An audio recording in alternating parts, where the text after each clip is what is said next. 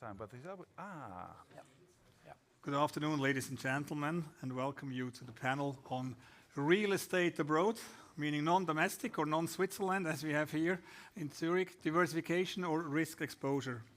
My name is Thomas Breitenmoser. I'm a member of the executive board of Complementa. Complementa is known as a local consultant, but also reporting engine, predominantly for Swiss and German clients, predominantly for pension funds. And I have the great pleasure to introduce you to a panel with a lot of know-how about non-Swiss real estate, probably Swiss as well, but a lot of non-Swiss. First of all, to the left is Roger Guerra from BCV Real Estate. Then I have Nicki Weber from UBS and Bruno Farber from Ginkgo, as well as Henrik Haeuszler from Invesco. And I would like to have you introduce yourselves quickly, where you come from, what you do in terms of real estate. Please. Okay, perfect. Good afternoon, everyone. I'm Roger Guerra. I'm part of the real estate investment team at Banque Cantonale Vaudoise. I lead the international real estate investment on that team, but we are very large and very well known in Switzerland for the Swiss investments. So we are among the largest institutional investors on indirect real estate. We manage more than 8 billion today on the Swiss real estate market, so very large player there. A few years ago, we decided to launch an international offering to diversify the offering to our client, as they were heavily exposed to Swiss real estate, and we see an opportunity to propose something that gives other sources of performance in their portfolio. Thank you. Nicki? Yeah, good afternoon. Thanks very much. My name is Nicki Weber. I'm 20 years with UBS, always in real estate. I'm part of asset management, looking after, basically on asset management, we split the direct real estate part, which is around 60 billion. You all know the big Swiss funds. And then we have an international manager selection team, which is under UGA, which is called Unified Global Alternative. That's a big unit, 320 billion asset under management and 70 billion in real estate. And I'm there responsible for the distribution within EMEA. Thank you, Nicki. Bruno?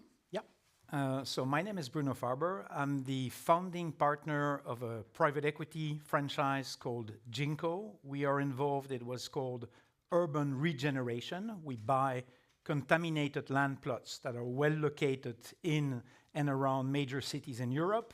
We go through depollution, planning consent, and redevelopment. So it's a bit of a niche fund.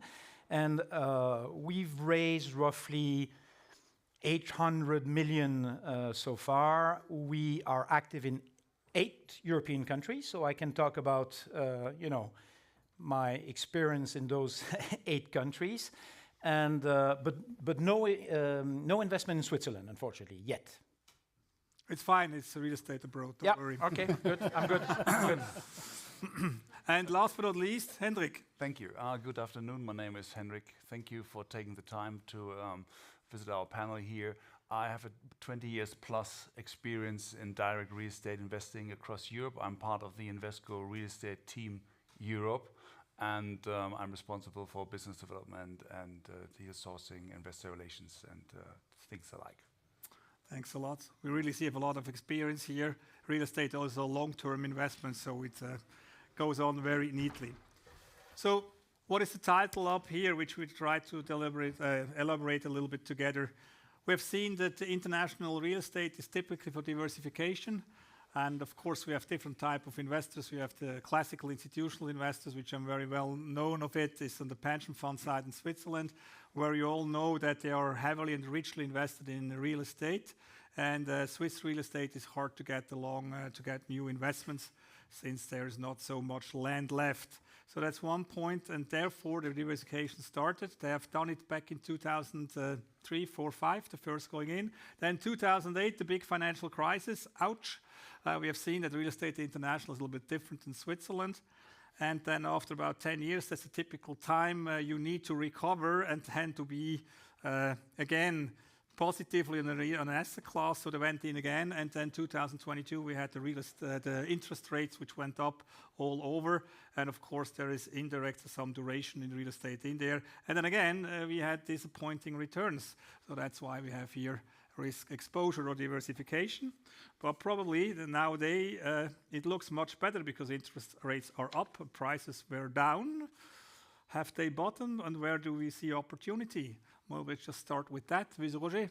Yes, thank you. So we see today quite interesting opportunities in the international real estate market. Interest rates have started to come back, or come down. In Europe, we have probably bottomed now with the interest rates. In the US, we are probably not yet done, but this has helped real estate valuation to bottom out, and we are probably seeing a nice opportunity in the three main regions, so US, Europe, and Asia Pacific. We have a preference today for Europe. Why? The economic growth is stable without being excessive, but it's stable. We have low inflation rates. We have stable interest rates. We have a labor market which seems to be quite stable too. So there are opportunities there to invest in a market that has an environment which is stable. So we are quite keen on Europe today, and among the sectors that we are looking in the European market, we like a lot living, so residential, but not only multifamilies or apartments. We like also student housing, which is also something that is having quite a good traction, thanks also to President Trump's impact on universities. So it's pushing a bit enrollment in the European university up, which gives opportunity in a very low new supply market. I think we have more time than to go specific to sector. Okay, Let's start a little bit. That's okay. So you should have a bullet afterwards still, so not firing away everything at once. So please, Nicki, how do you look at the markets at the moment? Have we bottomed? Where do we see opportunities much more than on market perspectives? Yeah, so let's say one quote is basically, I mean, all other asset classes are more or less on all-time high, except real estate, right? We are coming out of a 3-year correction. Valuations are relatively cheap. Let's say rents are still increasing. Real estate is very cyclical. So I think it's a very good counter-cyclical investment opportunity to go in now. And I think everyone probably agrees. I mean, one of the main managers that we have on the platform said we are at the beginning of a multi-year recovery in real estate. So quite positive. I really share what you said on residential. I mean, given, let's say, we are here in Switzerland, Swiss people love residential in the domestic market, and to make international residential available to Swiss clients, that's a very important point, and that's one of our key strategies as well, right? So couldn't agree more on your point. Thank you. I will go on to Henrik. Let's come back to you, Bruno, don't worry. Henrik, we are on the start of a multi-year positive beta environment, so we just have to go into real estate, doesn't matter where. What's your opinion? This is basically on principle. First of all, I totally agree with what you said before. The principal answer would be yes, but as also pointed out that we are looking for specific reasons at residential, for example, it's not as macro-oriented as it used to be like 20 years ago when I started. So it's a more nuanced kind of approach that you need, meaning not that there are not specific trends or a general recovery that we see in the market, but at best, if you can get beta, why not reach for alpha? So, and this is something where I think investors and managers alike should see where their strengths and focus could be in this recovery of the market, maybe in residential, i.e., where is this manager in particular strong? Where does they have a local edge, for example? Because my experience in 20 years in the industry is what used to be a macro play where a lot of peers can compete with each other is more kind of specialized, even more transparent, and more an environment where there's more upside, but for a fewer set of peers because of local differences, specific factors that might be true for one university might not be true for the other university. And so when, for example, people tend to ask, especially reference back again for the last 20 years, are saying, okay, the markets are going up and down. I say, well, this is partly true and we want to participate in, but you have to look at the specific feeds within these markets. Otherwise, you're just one of many and your best chance is beta, and whereby alpha is available. Yep. Bruno is nodding. Maybe you want to add on, but you're a very special market. Maybe it applies a little bit differently. But how do you look at it? Well, I'll give you two examples. France, for example, is a country in which they require roughly 300,000 new residential units every year, okay? And for the past 10, 15 years, they've produced half of that every year. So, the stock is really very poor. One of the reasons for that is that there's a lack of developable land.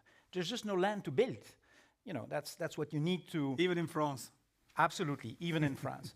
And on top of that, and that's, not only France, it's the whole of Europe, planning consent is quite an adventure. It takes a long time. And one of the issues is that, getting a permit, getting planning consent is in the hands of municipalities, and you have elections, people change, you lose time, and if you need 3, 4, 5 years to get to planning consent, plus buy the land, and in my case, depollute it on top of it, it gets very challenging. So we all agree that, there's a huge need for resi, there's an enormous need for affordable housing, for sure, but the system is complicated to navigate, especially politically. Okay. It seems like residential is in favor. If we can elaborate a little bit further, Nicki, are you also in favor of residential? And is the outlook the same in Europe as, for example, in the US on that part of the market? So, the first thing I would like to say is... Or if you say no residential at all. You haven't mentioned it yet. I'm just assuming that you also like it. But I like it very much. Fully confirmed your statement. But my point is, we are manager selection, right? We work with specialized managers. And what the industry went is from, let's say, manager who do everything diversified to manager which go very specialized. And when I say specialized, what we like there is, for example, is residential. And then not residential diversified, but student housing, for example, or senior housing. Or, for example, specialized strategy. I like the way you do it. But there are further strategies which at the moment make a lot of sense. And there we come again from the alpha perspective. When we look to, for example, in the US a strategy which is doing, let's say, long leases. So 15 years lease, sale and lease back with fixed rental bumps every year, inflation hedged, right? And that's also the residential part. That can be across all sectors, but it becomes a bit less sensitive to interest rates, increases or reduces, right? So it is more stable, becomes less cyclical. So it diversified and stabilizes the portfolio. Maybe can we come back to, you said student housing is alpha, as you said some alpha. Can you just give 2, 3 reasons why student housing is even better than just ordinary residential apartments? No, I didn't say it is better. Okay. My point is, let's say, that's the point. In Switzerland, everyone loves residential. Globally, it's not available everywhere. Go in the UK, multifamily is not available because everyone owns his own flat, more or less. I just simplify. So if you want to go into living, we call it living, you probably call it similar, right? Then you go into student housing or you go into senior housing because multifamily is just not available. And senior housing, and when you diversify across the living sectors, so from, let's say, multifamily, senior housing, student housing, affordable housing, then you diversify your exposure, and everyone has a little bit different trends. So if the GDP goes down, you have increasing student numbers and a boom on student housing. It's a diversified sector in living. Multifamily, urban multifamily, there is a huge underdevelopment basically in all the cities in Europe and basically globally, besides maybe the Sun Belt in the US, right? So I think it is a lot about diversification, and residential is the most conservative sector, and you are getting at the moment, it's the same picture than in Switzerland. You're getting on a conservative sector with moderate leverage, you're getting relatively good returns. And, real estate is a long movie, right? It does not change overnight. I think this underdevelopment in urban location flat, that will remain for the next 10, 15 years' time. That's not solved within 1 or 2 years. I go to Roger and come back then to you, Henrik. Roger, you also like residential? I'm not sure, so that I'm assuming something. Is that true? Yes. Yes, that's correct. Then maybe can we a little bit just go further? We have seen that the administration Trump himself, he suddenly starts to go into the market similar to Geneva style or Basel style. Is that something on regulation you see just some similar things? Or is that an extra risk? Or is that just a lot of things because Donald Trump says a lot of things in 24 hours and 24 hours later, it's the next thing he looks after. So if you should elaborate a little bit maybe on that angle as well.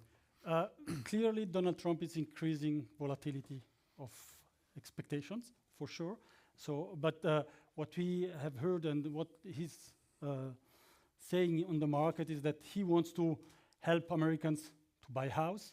That's the first objective that he has. So he wants to enter the single-family house market by limiting, at least that's the recent announcement, by limiting the number of houses that an institutional investor can own by himself. So this will clearly introduce a regulatory issue on the market that is in an assort. So it's something that most of the funds we speak to are looking to because they want to expand and diversify the living pocket. So this is clearly a risk from the regulatory part on a general US market, but then you have also some more specific local pockets that can be regulated.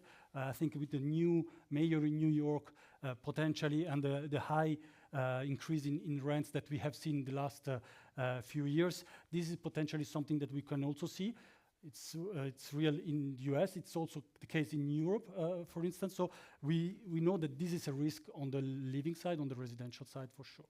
Yeah, maybe just to Henrik as well, because we've seen in Switzerland here, I mean, residential is just the right to live somewhere. So there's a little bit one part of the element which has maybe, at least in democratic countries, has some angle to it that regulation could jump in if something goes too high in returns, etc. Is maybe the general comment you want to do, but maybe if you can also, we also have the risk exposure here. So how do you see that?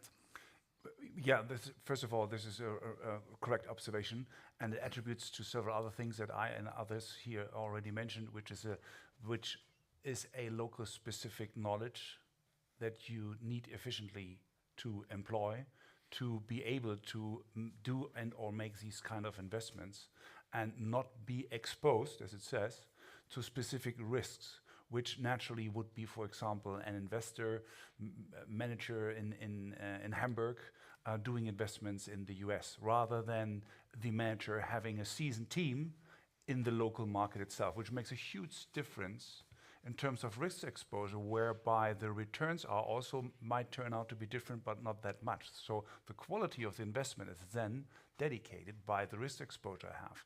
And I was commenting on points which are developing differently, and the demographics are also developing. So if we look at single-family rental houses, for example, this is a market that was dominated by large local asset managers in the US. Given its complexity and local color, it usually needs to be efficient. So something that we wouldn't have considered, even if we have a large US footprint. But given technical advancements, these kind of asset management tasks become very much more efficient, even for a player like us. So that, long story short, we have a considerable large single-family rental exposure mainly on the west coast of the US, which is, and I come back to demographics, different to 15 years ago, is basically consisting of either baby boomers selling their condos in Manhattan and trying to liquidate some cash for themselves and or relatives, and then have a nice time in sunny California, to be a little bit polemic. And then the other ones are this Gen Z generation, which are usually more happy if they can not own but rent or have access to services. And this caters for both these demographics. So there's a huge demand for single-family rental. And by the way, even Gen Z gets kids and they need a house. Yeah, some. Demographic numbers, they only few. In any Not case, in Korea. Okay, bottom line is there's a huge demand, there's less product. This is something that we haven't seen 15 years ago, which is when somebody asks me how is the residential market developing, I say, well, where would be the answer, right? Yeah. It's not that. Thank you. It's not one market. That's exactly want to go to Bruno. I mean, you have two things. Regulation is one point I touched on. The depolluting, because I understand that you really focus on former industries whatsoever, which are in a bad shape, but great location, whereas whole cities are turning around. That's your edge you have there. At the same time, we see demographic, Henrik has mentioned it. We clearly see also areas which completely die out. I mean, Japan is probably the forefront to show us what happens when you have a problem with demographic. They have no migration, so that's why it goes so fast.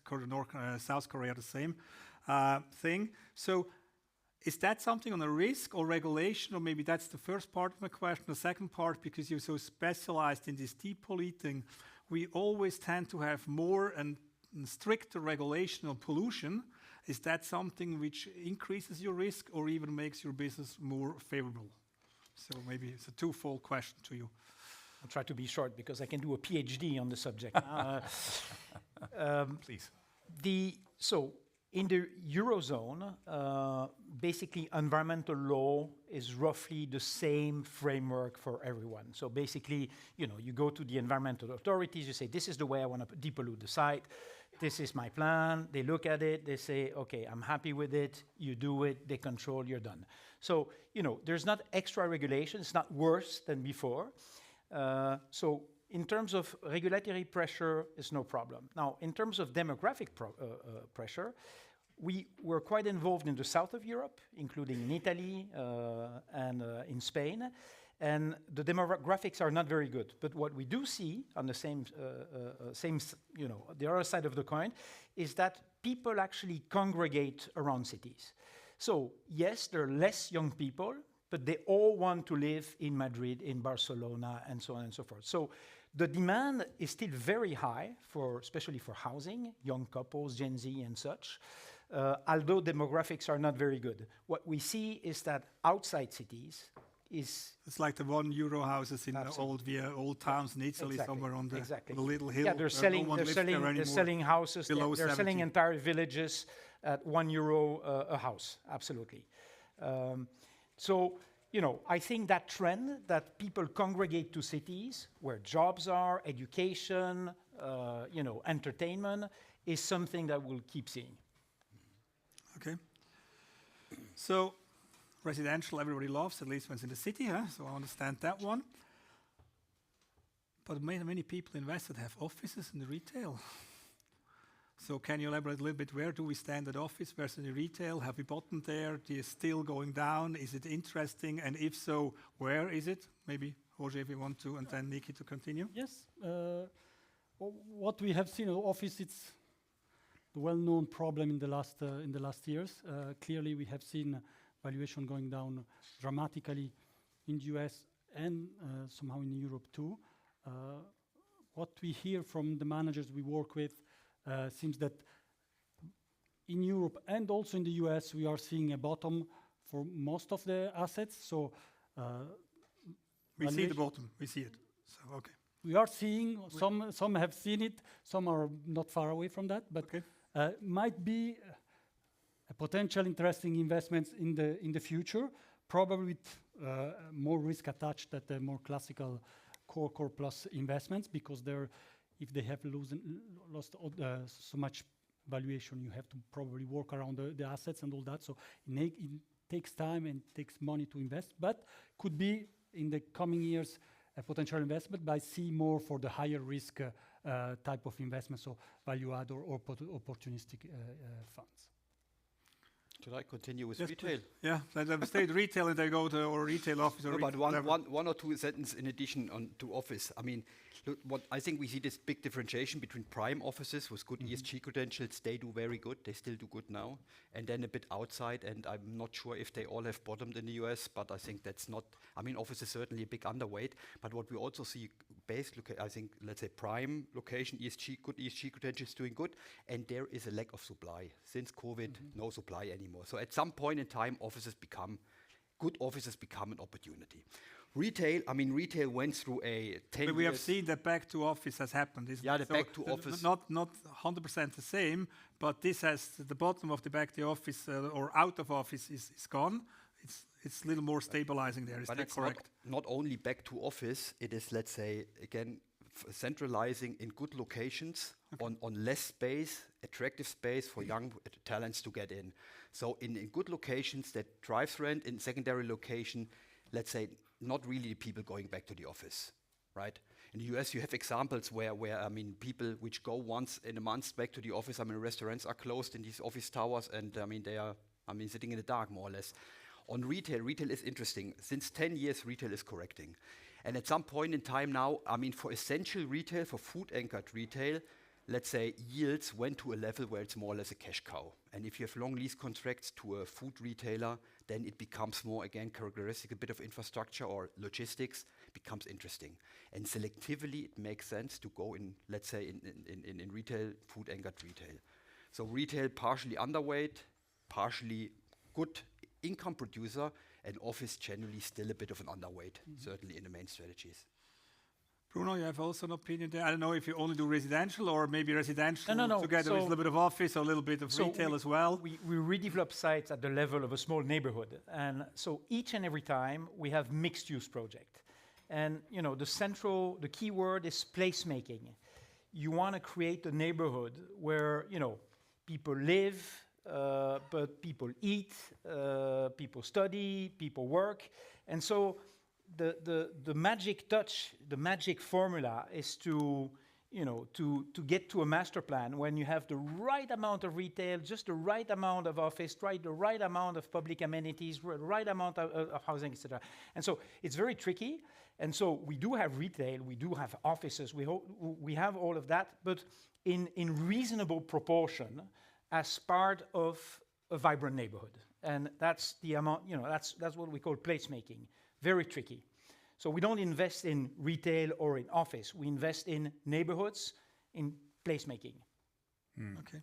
Yeah, I can fully copy that. First of all, I want to say what Nicki basically said, so I will not do this again in my own words because we already said it, which is very good. To your placemaking, by way of example, several years ago when Soho House Group was not that wide or big as it is today, we bought a building in Dumbo in New York, close to Brooklyn Bridge, and we were able to put Soho House in there, one of the first and largest ones in New York, and then the whole neighborhood developed around it because everyone wanted to be there. This was kind of a one-off situation, similar one-off. I don't want to make your life more complicated, but in reference again to the 20 years before, these also investors need to think a little bit more in different kind of boxes because, and as Nicki pointed out, this is why I was referencing to you, Nicki, is it really bottoming out, and to which asset does this quote belongs to? Because that 15, 20 years ago, when there was a market correction, all different kind of markets usually moved down in parallel, and then they moved up in parallel. Nowadays, I don't think so. Nicki mentioned the prime offices, and we see fantastic, interesting stories, especially HSBC moving back and forth to Canary Wharf in London. It's crazy a little bit, so everything is basically possible, which is not so much the case for the call center office in Mosach, Munich. Yeah? So even it's Munich, but it's Mosach. Nobody wants to be there. And the business done in these offices could be done easily from home, which is not the case for service industries like banking, lawyers, etc. Totally different. In city center of Paris, in between Boulevard Haussmann, Parc Monceau, we have repositioned a 70s building, and we just achieved the record rent in Paris. We have Morgan Stanley as a tenant, and it's a totally different, it's office, yes, but it's totally different to any kind of, it's not a homogeneous market anymore, right? And last sentence regarding retail, going back to the yes again, also there, markets, demographics, and habits are changing. And if we say the internet or COVID changed a lot, that doesn't mean does it just stop there, right? Because I don't know the English term which is better than strip malls, but it's small neighborhood open air shopping centers, the one you see in the movies often, where but they have like a grocery, they have what we in Germany call Mr. Mini, there's a hair salon, these kind of service. Well, from a credit rating perspective, not that very attractive tenants, but they queue for these spaces, so you have a good cash flow quality in that sense. And given that now, after COVID and the online shopping has been around for a longer time, the analog and digital habits of customers are more or less settled in a way. They know what they do online, and they know what they do basically, and the market does as well. But there was a short period of time where we're able to acquire these kind of strip malls for a very attractive entry price because valuations have been so low. This we will probably not see ever again. And there, it's not an income play; it's more valuation play. So, yes, it's retail, but it's totally different to Bahnhofstrasse, or we have a Yves Saint Laurent shop in Avenue Montaigne in Paris, and we are talking to Chanel right now.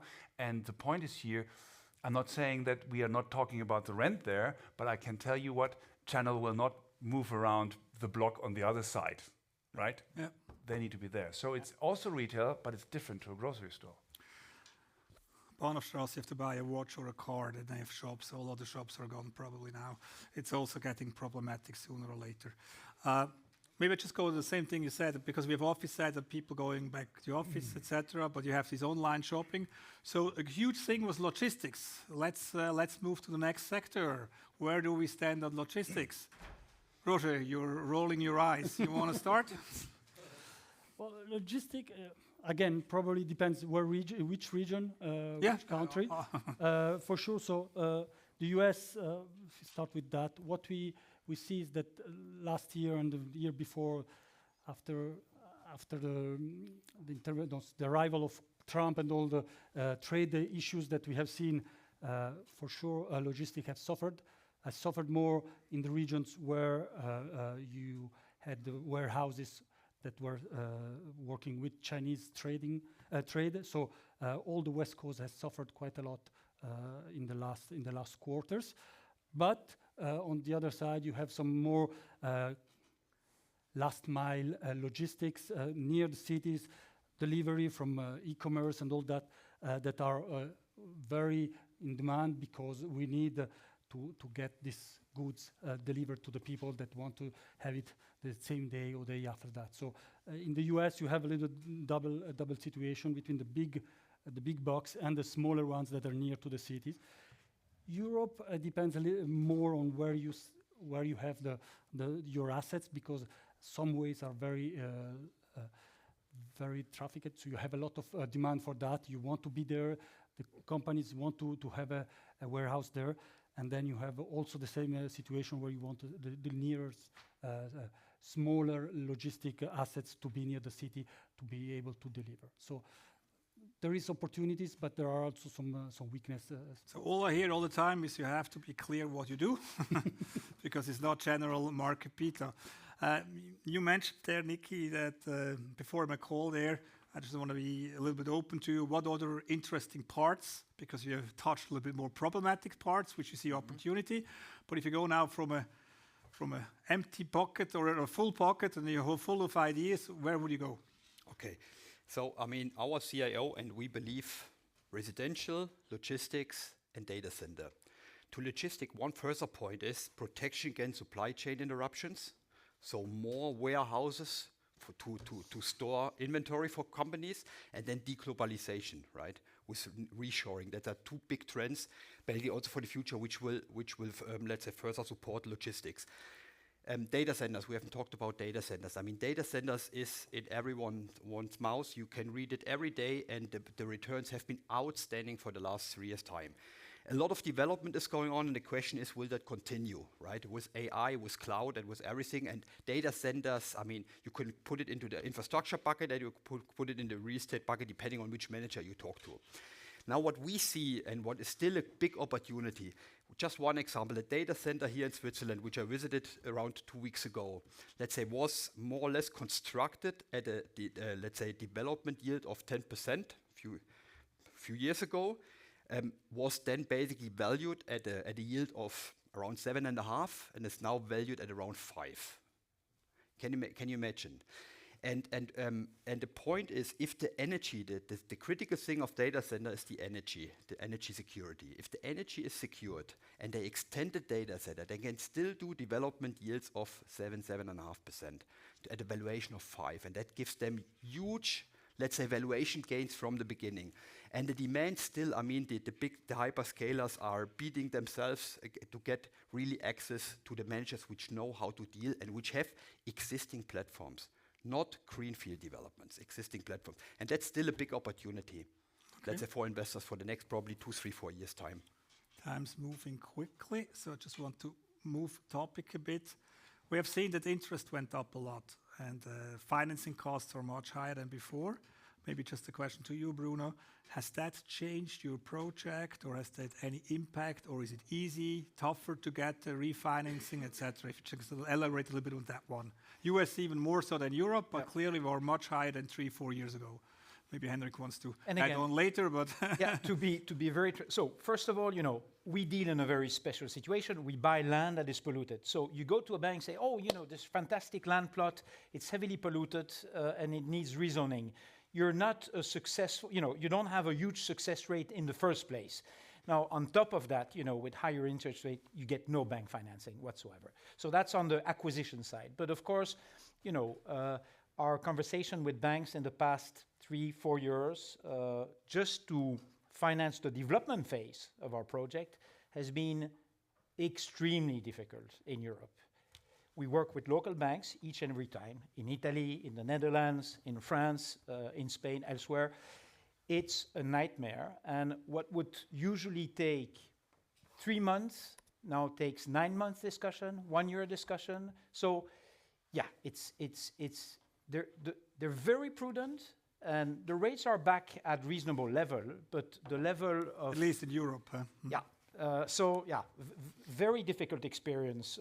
Not so much because of the rates, because of the attitude of the banks. Yeah. Anyone want to like to add on that topic, or is that common understanding? I hope we all agree, huh? Yeah, I'm just Banks are checking. not I'm just checking. exactly It's all doing their good. job. Maybe, Thomas, because you explicitly asked for logistics, maybe Yes. can add something. First of all, I share Nicki's view as well. One thing is that we observe is also there's when people look at logistics as an asset class, also there are many differences, some you mentioned.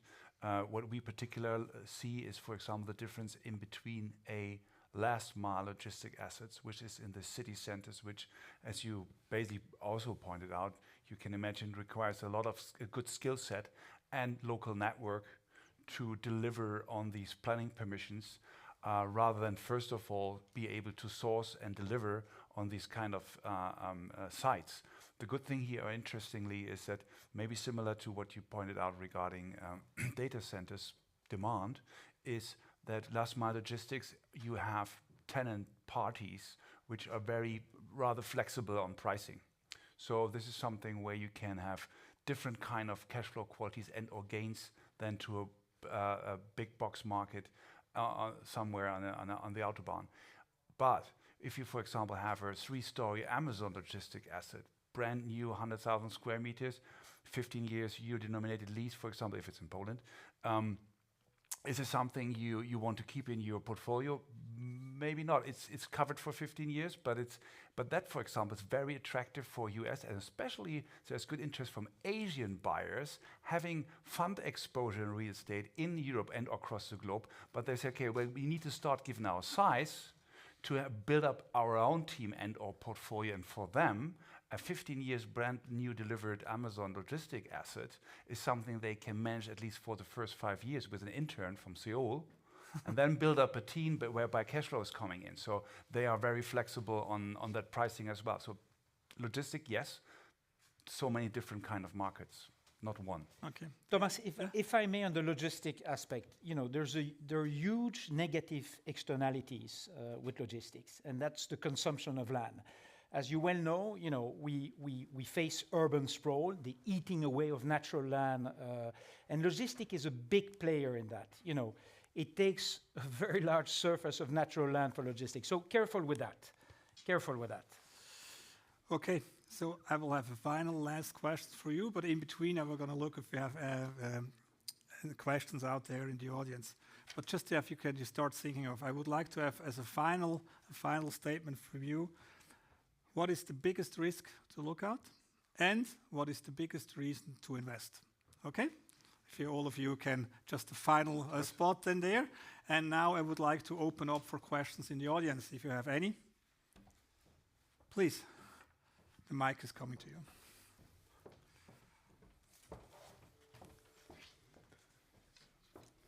Thank you for the insightful panel. Actually, I have a couple of questions. The first one is, what's your take on the swapping or tokenization of real estate assets? If you have any benchmark or any idea on that, feel free to share. And maybe land acquisition. Is there any particular market that you look at? I mean, we heard about the States, but is there any APAC market that I don't know, you have focused on? I would love to maybe hear your top 3 in terms of land acquisition for the next 5 years. Thank you. Land acquisition. Top 3 countries or regions. Maybe you go first, land acquisition. Yeah. Who wants to go wait, first?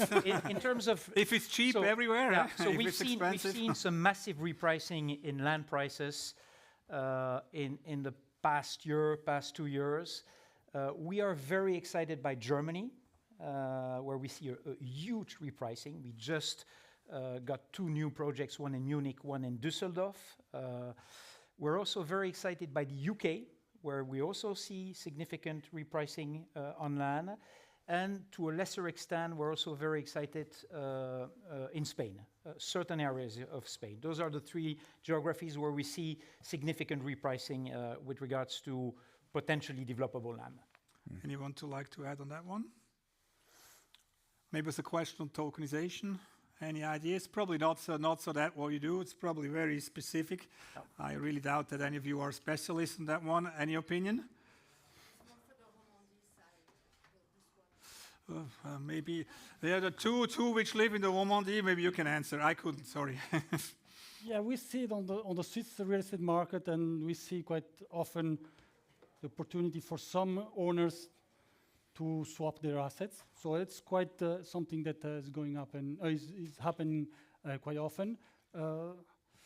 When you are a fund that buys the assets, you want them to be the right assets in the right place. So that's something important that you have to do as a due diligence when you want to buy it. But what is also important is that you take into account what is the rest of the portfolio, because for the other investors, they are not the owners that bring the assets and just get the shares back.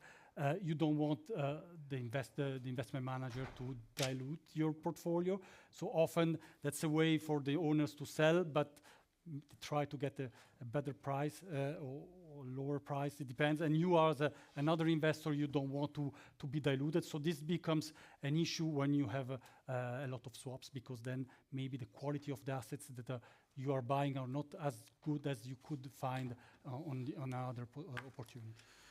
Any further questions? Yes, please.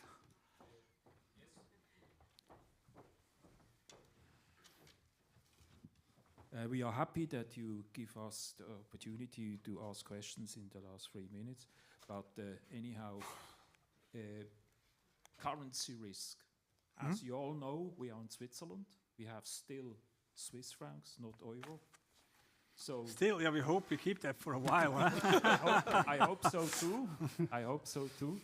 So anyhow, how you real estate guys do you handle the hopefully full currency hedging? Yeah. Because when I go invest in US real estate, last year the currency loss to the Swiss franc was about 13%, 13. So that will melt down probably the most portion of any real estate return that you can generate in this region, and probably similar to the European market. Go ahead. Yeah, that's good. But it applies to any asset class. It does not only apply to real estate. It's a general problem, especially in Switzerland. But it clearly makes a difference.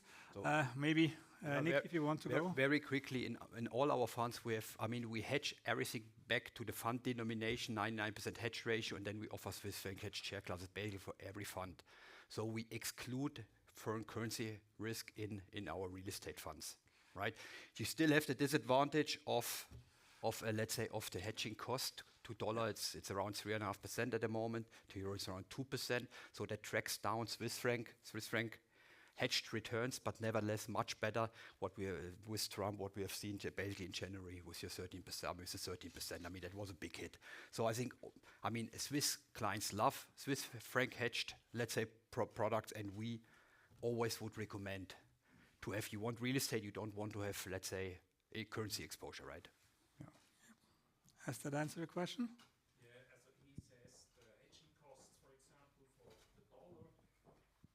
Mr. Weber told, as I understood him, the hedging costs were about 3 something for the dollar. About a little bit more than 3.5%. 3.5%. Sorry? Yeah. A little bit more than 3.5%. It's the interest rate differential you have to pay, plus a little bit of fees. The interest but the currency loss was more than About 13%. 13%, yes. I really am positively surprised. How can you magic guys only have 3.5 hedging costs for the dollar to the Swissy when in fact the loss was about... Yeah, but maybe that's just a way to hedge it. It doesn't depend on real estate or whatsoever. It's when you hedge a foreign currency, it doesn't matter which foreign currency. The foreign currency has the high interest rate to those which has the lesser interest rate, you pay the differential. If you're on the other side, you get paid for it.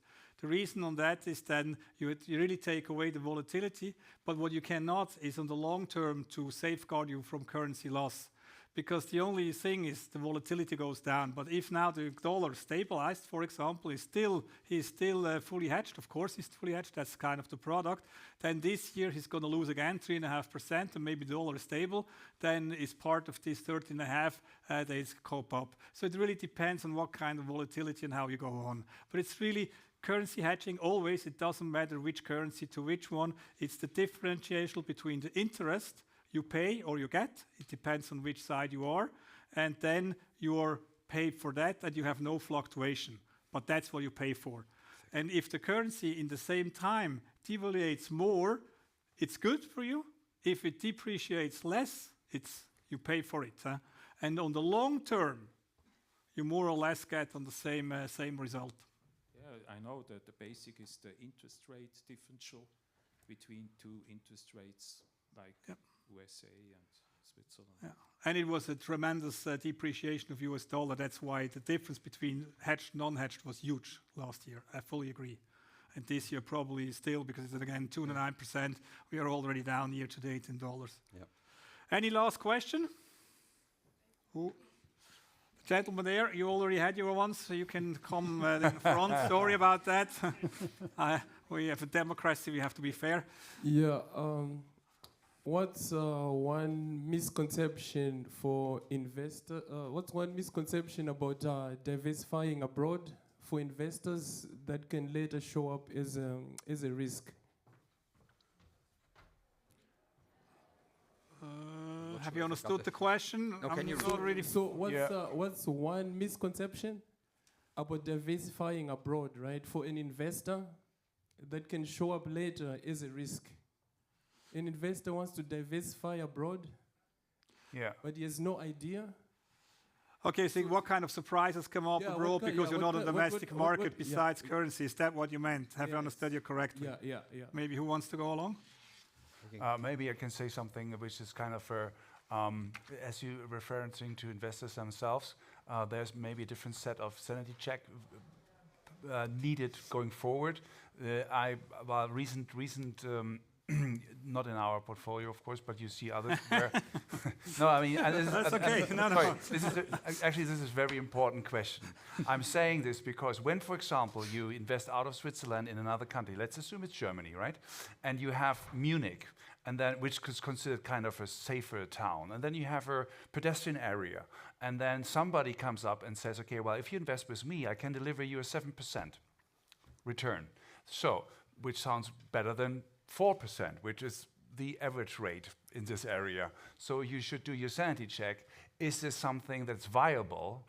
And if the higher number comes with a specific risk, am I happy to take this risk?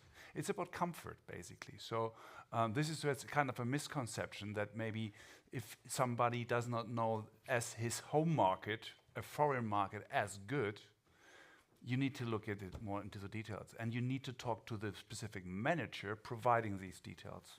And then you do your own, I mean, just the details. The evaluation is you must do by yourself, not the manager. It just provides the intel. Thank you. Nicki, you want to add on? Yeah, two points here, really. I mean, one point is the foreign real estate markets go in different cycles, which is an advantage on the diversification that you want to have. Second point is what you really want to avoid is political risk in the countries. Yeah. That's something to avoid. Political and regulation, I think it's closely related to. Huh? Yeah, and then exactly. And then it makes, when you compare that then to your home market, it makes sense to have this global diversification. I would also like to add on, the biggest risk usually abroad, it's also not only real estate, is really that regulation is differently. and regulation is dynamic as everything, and something which it may change in your own country, it can be handled totally differently in another country, just because of the political system, whatever's going on, and then suddenly you have a mismatch. That's usually the biggest cause of disappointment, usually, besides auto cycle, etc., if I can short up. So we really took extra time, but I definitely want to give you these final last words. Please, risk and why, what's great. First we start with risk, then all of you have the opportunity to finish with the good. Okay, I can start with risk. Basically, what I would advise and advocating is when you look at, you look for a certain performance, let's say 10%. This is what your goal is for your whatever individual investment portfolio. Take a look at anyone who can provide, or maybe it's 5 parties, they can provide you with a 10% profit prospectively based on track record maybe. And then, more importantly, you look how much risk does the individual manager needs to achieve these 10%. And then you get your answer where you get, maybe should you focus on in terms of risk, because risk defines the quality of the investment. And the other thing was? The opportunity. The opportunity, why to invest abroad? Short, please, short. Main issue is very boring, is diversification. It's a similar return with a low risk profile, higher quality of returns. That's diversification, right? Thank you, Bruno. I think the big opportunity is to rebuild the city upon itself in the coming years. Try to, work on biodiversity, work on rebuilding the city upon itself, avoid urban sprawl. And the biggest risk is always, my experience in development, the biggest risk is always political risk. And we have a number of municipal elections coming on this year, in France next month, in the Netherlands, in Bavaria, in a number of places. That's always a tricky moment. Okay, thank you. I mean, biggest risk in short, Trump. Okay. With, let's say, going into bring the global economy into a recession. And the biggest opportunity, I mean, we have a great entry point. We have cheap valuations, so you have the rebound on valuations, you have the rebound potential, and you have increasing income. And that's the opportunity for the investors, which are a little bit counter-cycling going now for the next 5 to 8 years. You can add on the same thing, but also different word. No, sure. I'm sure you agree on that one. I will add the same thing as Henrik, so diversification, but because of the access to other sources of returns that we don't have as a Swiss investor, so that's something interesting in a portfolio. And the bigger risk, I repeat a little bit, clearly regulation and political risk seems to be the biggest one. Okay, that's a good last word. Thank you very much for your insights. Thank you. Thank you.